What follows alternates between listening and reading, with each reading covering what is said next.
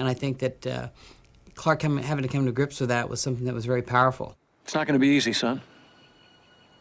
But I have faith in you. He wants Clark to be able to accept his destiny.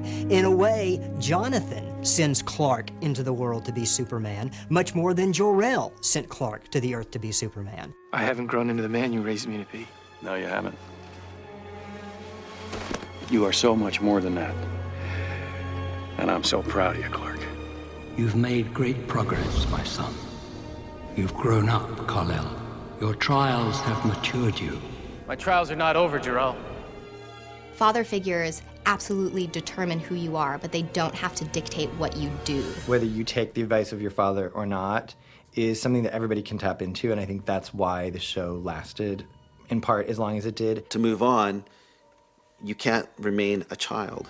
You have to leave your parents. I think Superman is only who he is because of something that we tried to put a little bit on the nose in the final interaction with Jor-El, which is, and the final interaction with Jonathan, actually, which is, I can only be who I am because I'm the sum of both of you, and I'm literally half of both. I mean, I'm one half nurture, one half nature of both worlds. And it's those two balances, I think, that where Clark's had to deal with who he is. Is he more like Jor-El? Is he more like Jonathan? And I think what we find out toward the end is that Clark has to figure out who he is himself, and that he doesn't have to be anyone else. There is a future in which neither Jonathan nor Jor-El can guide him. He has to leave those fathers behind. It's imperative that he does that he becomes his own man.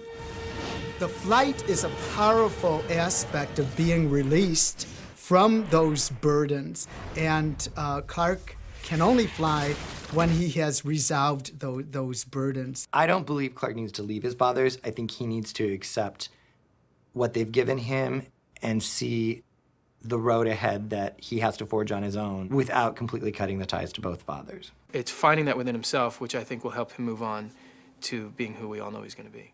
We are confident you will become Earth's greatest savior. We knew we wanted both Jonathan and Jor-El to send Clark off. Because what a perfect way to end the show, to have two dads putting the cape on him and then stepping back.